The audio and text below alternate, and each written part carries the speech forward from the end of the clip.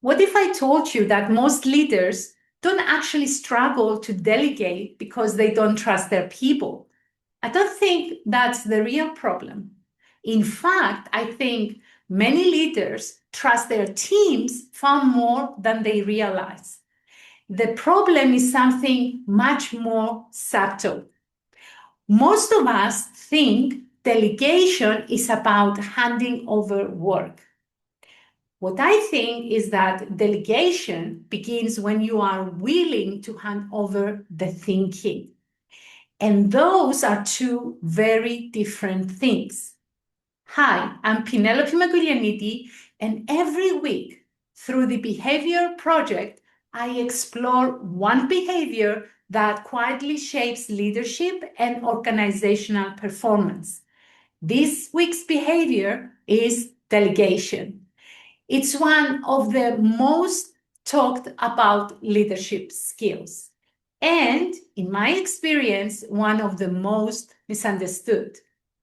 When organizations talk about delegation, the conversation usually sounds like this: delegate more, empower your team, stop micromanaging. And they are all good intentions, but they focus on the mechanics. Who does the work? Who owns the deadline? Who reports back? What they rarely explore is something much more important. Who does the thinking? Because that's where delegation either succeeds or quietly fails. And let me give you one example. A team member comes to you and says, I'm not sure how to handle this client. And you already know the answer. So what do? You tell them the answer. This conversation lasts 30 seconds maybe. Everyone moves on. It feels very efficient.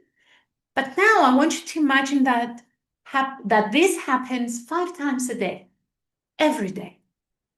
The work has been delegated, but every important decision still travels back to the leader, to you.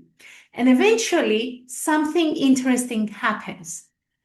The team doesn't stop working, but what they do is stop thinking independently. And it's not a matter of capability. They are capable to do it, but they've learned where thinking happens. And one of the phrases I hear most often is, Penelope, it's quicker if I do it myself. And sometimes that's true, but every leadership decision creates two outcomes. It solves today's problem and it teaches tomorrow's behavior. So when we consistently provide the answers, people become very good at bringing us questions. And that's a behavioral issue and has nothing to do with how capable someone is. So I think what we need to do is redefine delegation. Delegation isn't simply handing over a task. It's gradually handing over judgment. It's creating opportunities for someone else to wrestle with the decision before you step in. And that might mean that you need to respond like this. What are you thinking? What options have you considered? What would you recommend? Those questions take longer today, but what they do is to build something much more valuable tomorrow. They build independent judgment, confidence, ownership. This week, I would encourage you to notice one thing. How often do you answer a question your team could have answered themselves?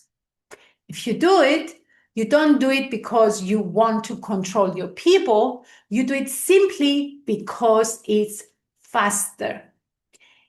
And when you notice this, Ask yourself, am I solving today's problem or creating tomorrow's dependence? Sometimes leadership isn't about giving better answers. Sometimes it's about creating more thinkers. I want to stress out that delegation isn't a time management skill. It's a behavior, because every time we choose whether to answer or to develop someone else's thinking, we are shaping the kind of team we are creating. So I'm curious, what's one delegation habit you've seen strengthen or weaken a team's ability to think independently?